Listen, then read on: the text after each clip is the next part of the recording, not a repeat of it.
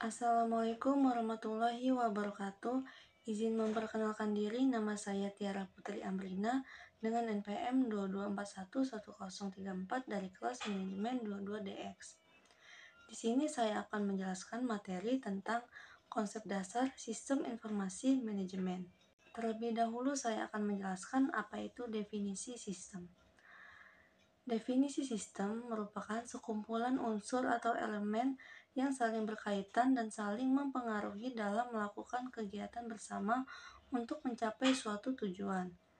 Sistem harus mempunyai elemen, lingkungan, interaksi antar antara elemen dengan lingkungannya, dan sistem harus mempunyai tujuan yang akan dicapai.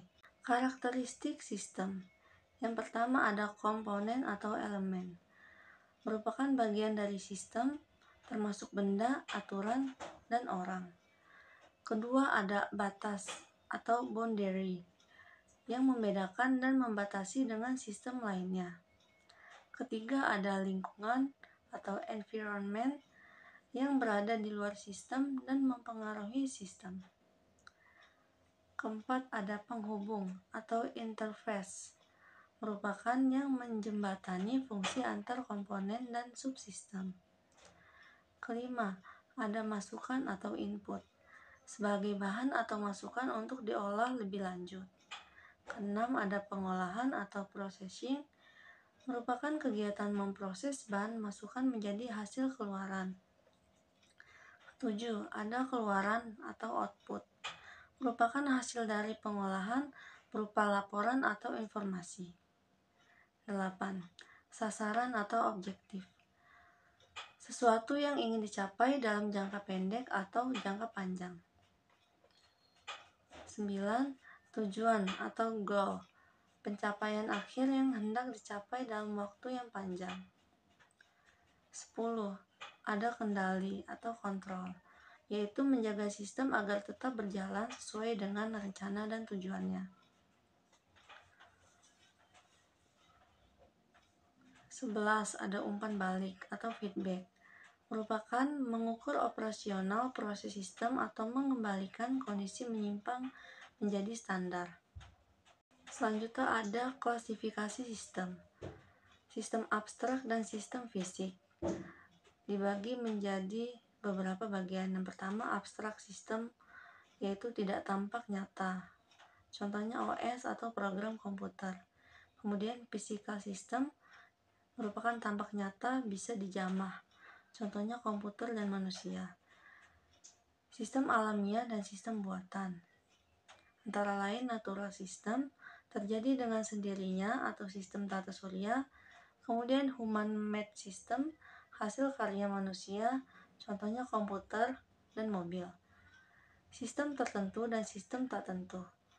Ada deterministic system, diprediksi dan dideteksi dengan pasti. Kemudian ada probabilistic system, prediksi tidak pasti, dan ada probabilitas. Sistem tertutup dan sistem terbuka. Ada closed system, tidak dipengaruhi lingkungan di luar sistem, menerima masukan tertentu, menghasilkan keluaran tertentu. Kemudian open system dipengaruhi lingkungan luar, menerima masukan dan memberikan. Kemudian definisi informasi, yaitu hasil pengolahan data yang sudah menjadi bentuk yang memiliki arti tertentu. Kalau data merupakan sekumpulan fakta yang menjadi bahan pengolahan lebih lanjut. Bentuk data dibagi menjadi 3. Yang pertama ada objek, kualitatif, dan kuantitatif. Informasi. Menurut Gordon B. Davis, informasi adalah data yang diolah menjadi bentuk yang memiliki arti bagi si penerima dan bermanfaat bagi pengambilan keputusan saat ini atau mendatang. Hasil pembentukan, penyusunan, pengorganisasian, atau pengubahan data yang menambah tingkat pengetahuan. Kriteria informasi yang berguna, relevan, penilaian relevansi. A. Nilai prediktif, B. Nilai umpan balik, C. Tepat waktu. Kemudian yang dapat diandalkan jika variabilitas, netralitas, dan faithfulness. Dapat dibandingkan uniformity atau keseragaman 5 jenis informasi yang berkaitan dengan tujuan informasi. Yang pertama ada informasi deskriptif, kedua informasi penjelasan, ketiga informasi prediktif, keempat informasi evaluatif, dan yang kelima informasi inovatif. Selanjutnya faktor informasi. Fungsi, biaya, nilai, dan mutu informasi. Fungsi informasi yaitu menambah pengetahuan, mengurangi ketidakpastian, mengurangi resiko kegagalan, mengurangi keanekaragaman atau varian, memberikan standar atau ukuran, aturan ataupun batasan.